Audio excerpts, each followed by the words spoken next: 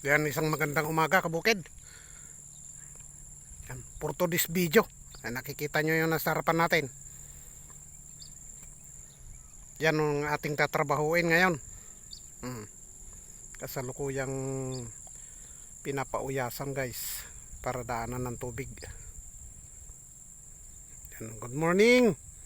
Good morning sa ating lahat. Yan, ito yung tatrabahuin namin. Magpipilaw kami at saka magsasabog. Yan, dito lang yan, Barangay Salay.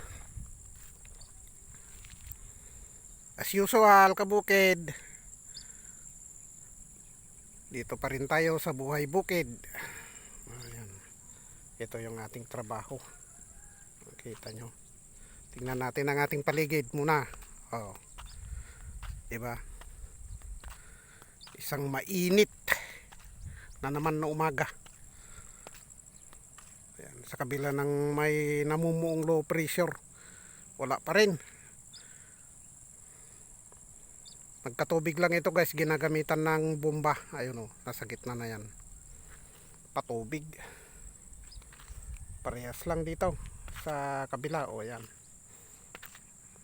Andito tayo sa isang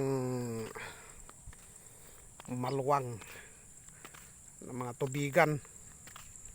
Yan yung nakikita. So, kung gaano kaluwang ang tubigan.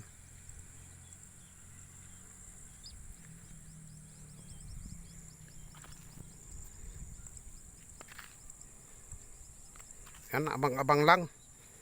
Kasi isa rin tayo sa mga gagawa dito. Kasi apat kami guys. Hindi ko mabibidyohan yung actual na paggagawa namin. Siguro pagkatapos na lang. Okay, mamaya pag magmerienda kami.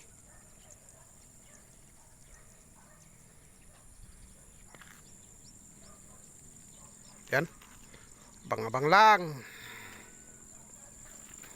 Sa gaganapan dito sa buhay bukid, sa kabila ng maganda rin ng ani, ang problema presyo ng palay guys dito sa Aurora. Dito ngayon naglalaro na lang sa 11, 12 ganun. Pag medyo mahal 13. Wala nang katarungan. Pero ganun pa man, hindi natin pwedeng bakantihin itong mga ganito kasi tayo rin ang mahihirapan. Kaya tuloy lang ang laban ng buhay. Yan, abangan lang ninyo maya maya. Ayan, isang magandang umaga muli mga kabukid. Ayan o, nagbabalik Manong Lakay. Kita nyo, ayan na yung mga taga sabog natin Perme. Ayan, dito sa dalawang banos is 506 ang binhi niya. Samantalang dito sa pinakamaluwang guys, jackpot 102. Ayan, yan ang binira niya dito, yung isang amo. Ayun siya. Yan, sana swertihin kami dito. Ano, puro magagaling na mga sumasabog yan. Kita nyo naman paano nila birahin.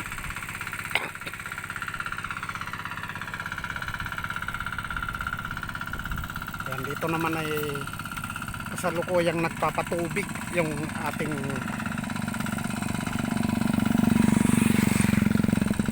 isang katabi, ang kaibigan taga dyan sa barangay Salay.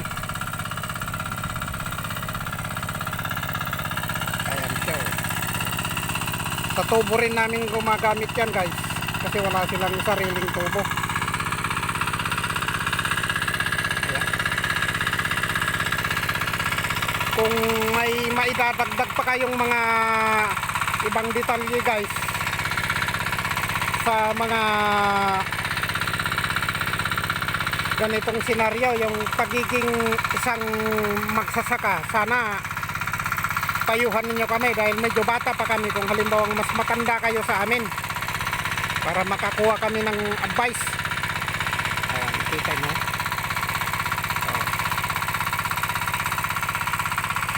Apat sila. Bumabanat. Pagalingan yan guys. Kasi nang magagaling dyan. Hindi na ako umapa pa dahil hindi tayo gaanong marunong dyan dahil kailan lang tayo natuto na nagganyan-ganyan, pero dati tayong farmer. Ang ibig kong sabihin, yung pagbalik natin galing sa syudad saka ulit tayo humawak ng ganyan. Yan, makita nyo.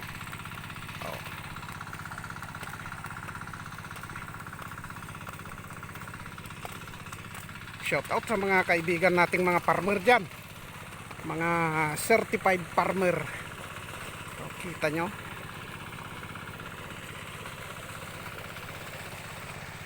itong binhi namin guys, sa tunay at kalidad nito sana maganda ang magiging kalalabasan nito. Makita nyo naman, kapag pambanat nya.